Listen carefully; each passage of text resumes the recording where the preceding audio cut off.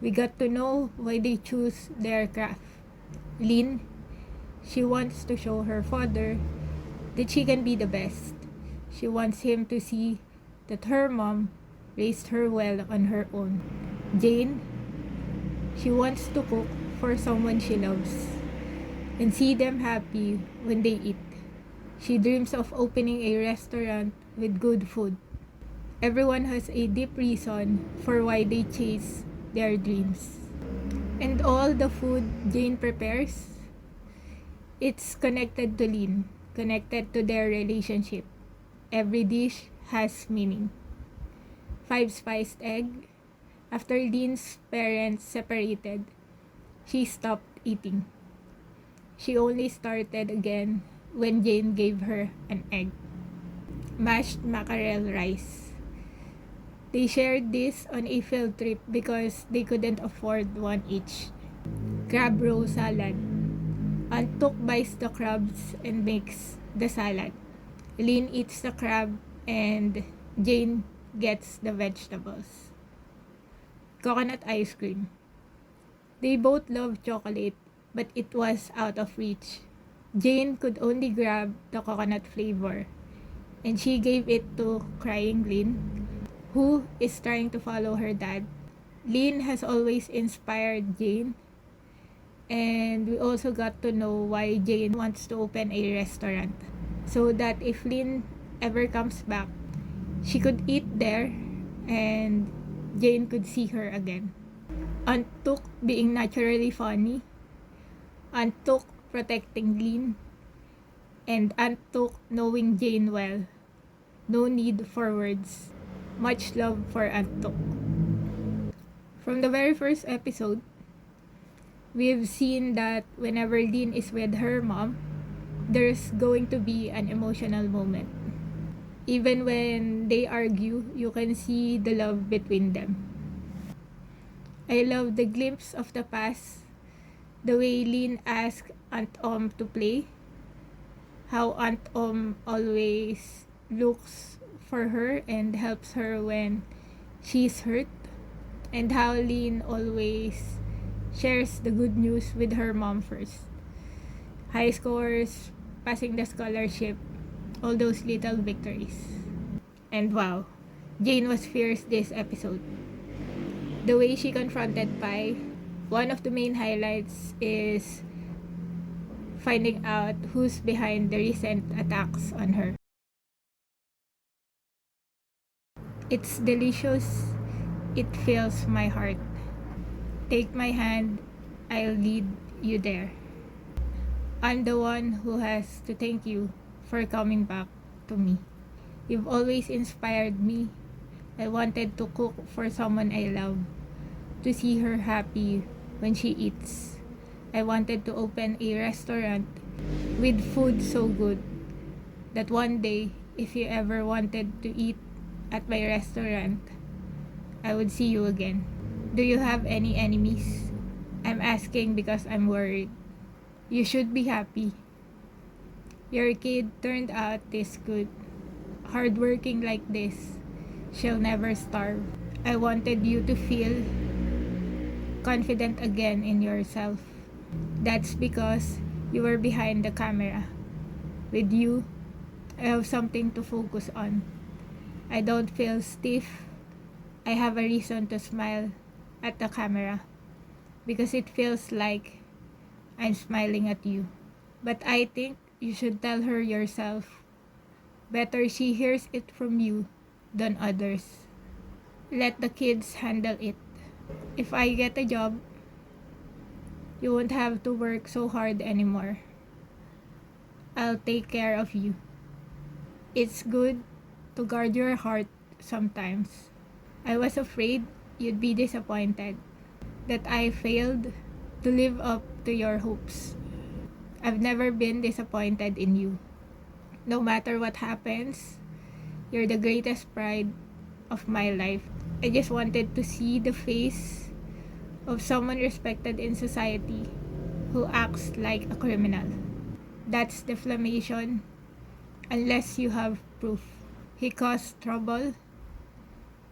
He had to take responsibility. I know she hurt you. If I were you, I'd be angry too. But if she wants to apologize, you should at least let her talk. Listen first, then decide. You're so talented. You won't be jobless for long. I'm sorry. If I could turn back time, I'd never do it. I'll do anything. Just give me another chance. I promise it'll never happen again. We already know from episode 4 that Dean's dad left them when she was just a little girl. I'm really waiting for the time when we get to hear how Jane ends up living with her Aunt Tok. What happened to her parents? The flashback at the beginning of this episode reminded me of this again. Shooting location for the interview. Magazines. Is this elite and cosmopolitan? Vaseline Glutahaya. Lika. Audi. Jane, despite having good intentions in helping Lynn land a gig, ends up making Lynn angry. I understand Lynn as a fellow unemployed person. I would really feel small if a friend gave me a job like that. Surprised me instead of asking me first.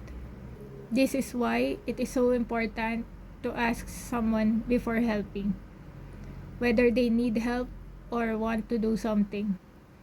Despite our good intentions, we may still hurt the person we want to help. They have feelings too, and sudden events can really trigger them.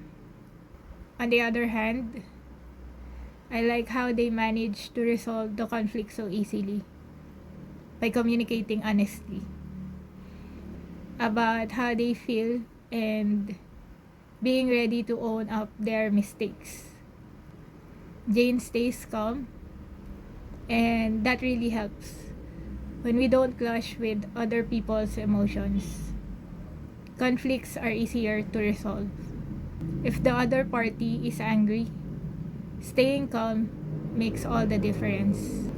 Lynn enters just as Aunt Tuk is talking to Jane about a gossip regarding Lynn losing her job. This scene reminds us to always check our surroundings before asking someone about sensitive matters. You never know if the person involved is nearby.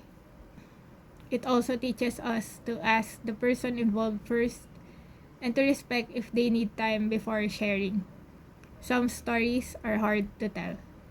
Inviting someone who caused pain to another person at the same meetup can ruin the entire gathering.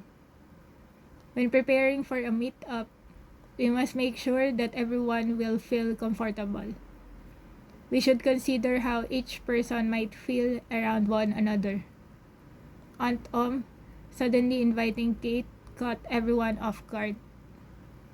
Even if she wanted Lynn and Kate to settle their issues, she should have let them resolve it themselves. Lynn had already explained the gravity of what Kate did. She cheated. As expected, dinner was ruined.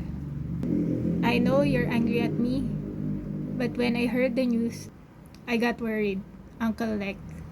Uncle Lek, coming back after being gone for more than 20 years and acting like nothing happened, feels unsettling. Watching the episode, it's clear that he came back for money rather than genuine concern for Lynn. Actions really do speak louder than words. Lynn didn't find the right time to tell Aunt about being fired from her job in New York. Finding the courage and the strength to tell the truth is really hard. However, we must act quickly because other people might reveal it before we do. It's better for the truth to come from us rather than from others. Finding the truth from others really hurts. evidence will always lead us to the truth. Pi hiring the same guy for both accidents to hurt Jane and finding Lean's dad to convince Lean to invest in W magazine are pieces of evidence that lead back to her.